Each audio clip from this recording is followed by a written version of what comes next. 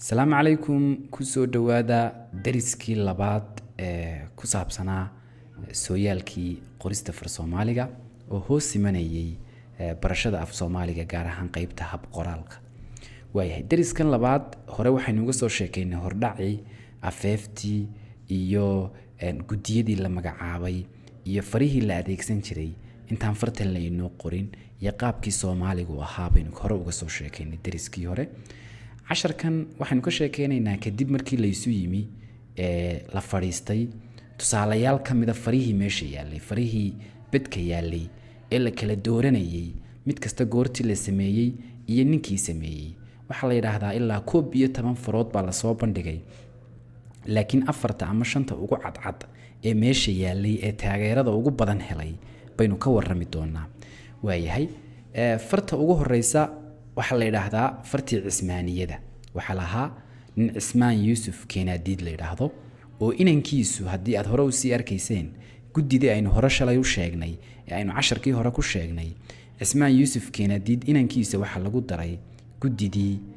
kasoo talada bixinaysay qoridda far soomaaliga. fartiisu caynkan ay u ekayd oo waxaad arki karaysaa xaraf kasta iyo xarafku isagu u adeegsaday oo isku kor qoran ba'da, ta'da, i'da, da'da, ga'da iyo isagu sidii uu la rabay. cismaan waxa uu ahaa nin gabyaa ah oo qora ah oo macallin ah oo boqor ka talin jiray ahaa dhulka maanta loo yaqaano Puntland. sanadihii u dhaxeeyay 1920 ilaa 22 buu ka talin jiray. goorahaasna waxay ahayd gooraha fartan lagu tuhmayo inay maskaxdiisa ka soo maaxatay. fartani waxay aad ugu eeg tahay baa la yiraahdaa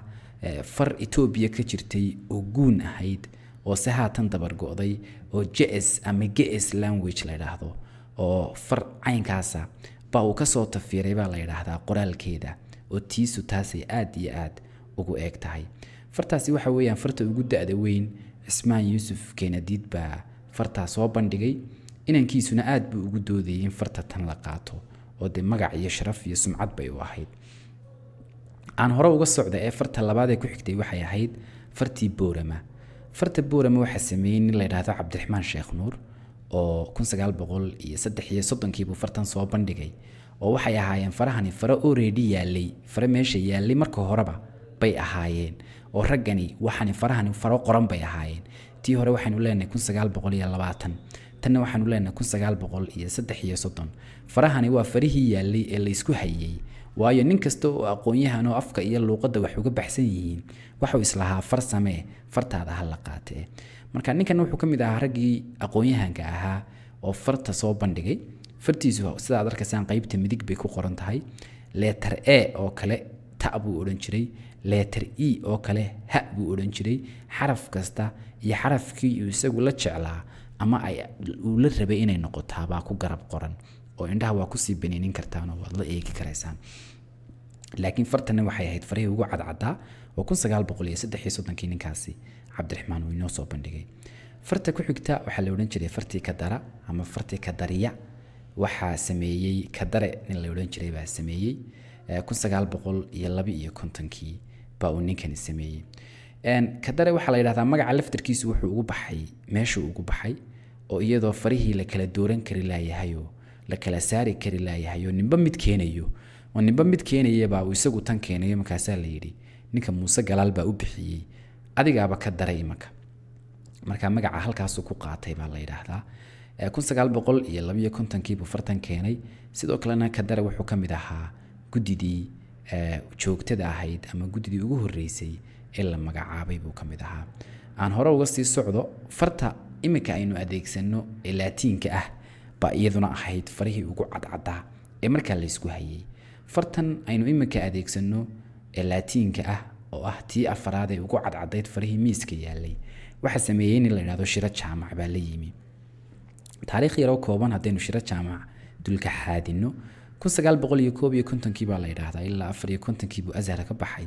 culumta luqadda iyo wuxuu bartay sharciga islaamka. ruushku markii dambe tagay 67 waxa la yiraahdaa markii uu ruushka joogay buu fartan la yimi oo uu fartan curiyay. laakiin fartan waxay ahayd fartaalay 1967 oo far la ogaabay ahaydoo miiska saaranoo dadku day isku hayn jireen bay ahayd. waayahay haddii farta aynu sii guda garno fartiisu waa tan aynu iminka isla naqaano waxay ka kooban tahay 26 xaraf oo isugu jira shaqal iyo shibane ama consonant iyo vowels 22 waa shibanayaal shanna waa shaqal waa ba ta ja xa kha da ilaa ya oo aad isla garanaysaan waa 22 qofku inuu barto afkiisa shaqalada iyo xarfaha ay ka kooban yihiin aad iyo aad bay daruuri u tahay shaqala dhaadheer iyo shaqala gaagaaban bay marka dambana noqonayaan oo waa a e i o u bay noqonayaan marka dambana fartani waa fartii la qaatay shira jaamac baa sameeyay su'aal weeyaan aad lagu weydiin karo hal xidhaala noqon karta farta la qaatay yaa sameeyay farta la qaatay imisa xaraf ba weeyaan imisa shaqal iyo imisa shibana oo kala gedisan ba ay leedahay waayahay shira jaamac markii uu fakarayay waxa uu xarfaha qaar ka saaray xarfihii laatiinka sida p iyo v iyo z uu ka saaray wuxuu yidhi af Soomaaliga kuma habboona sidoo kalena xarfo kale ayuu ku soo daray oo isku dhafan sida dha iyo kha iyo sha oo waxa uu isku daray laba xaraf oo laatiinkii la isla yaqaanaya dabadeed waxa uu ka soo saaray xarfaha u gaarka ah Soomaaliga oo afka qalaada unique sounds of the Somali language la yiraahdo waayahay haddaba farihii waaba yaalleeno mid waxa la qoray 20kii tii Cismaaniya tii ka dara 250 baa la qoray tii Reeborama waxa la qoray ma garanaysaa dhowr iyo 30kii tan shira jaamac 67kii ba qornayd caqabadihii haystay intaas oo dhan ee loo qori waayay maxaa kamid ahaa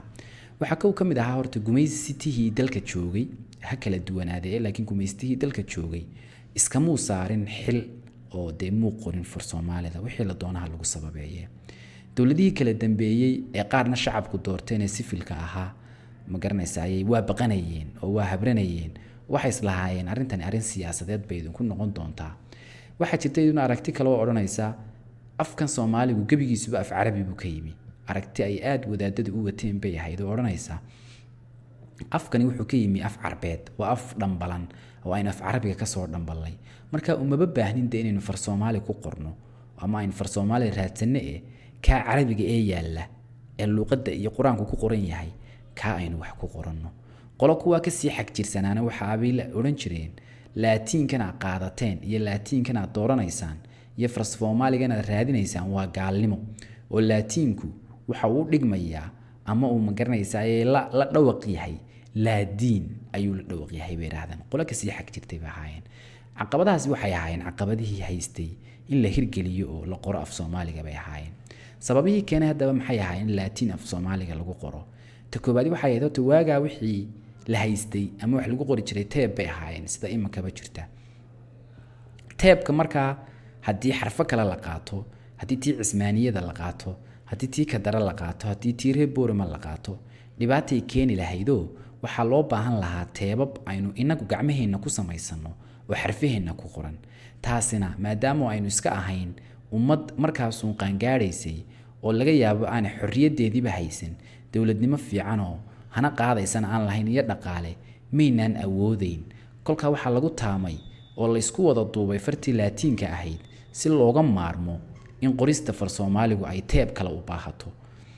talabaad lagu doortay waxay ahayd xarfaha Soomaaliga u gaarka ah sida dha iyo ga ayaa uu sameeyay shira jaamac xarfo isaga u gaara sida dhacdana wuxuu u doortay da iyo ha isku jirta gaadana wuxuu doortay waxaan jiid af Carabiga af Ingiriisiga ku noqda qaybtaas iyadana waxay inoogu soo eeg qaybtii labaad ee sooyaalka far Soomaaliga hal xalqad oo kala inoogu harsan 10kan waa inoo iyo dariska dambe hadii ay baha uu dalo ogolaado aad ba u mahadsantiin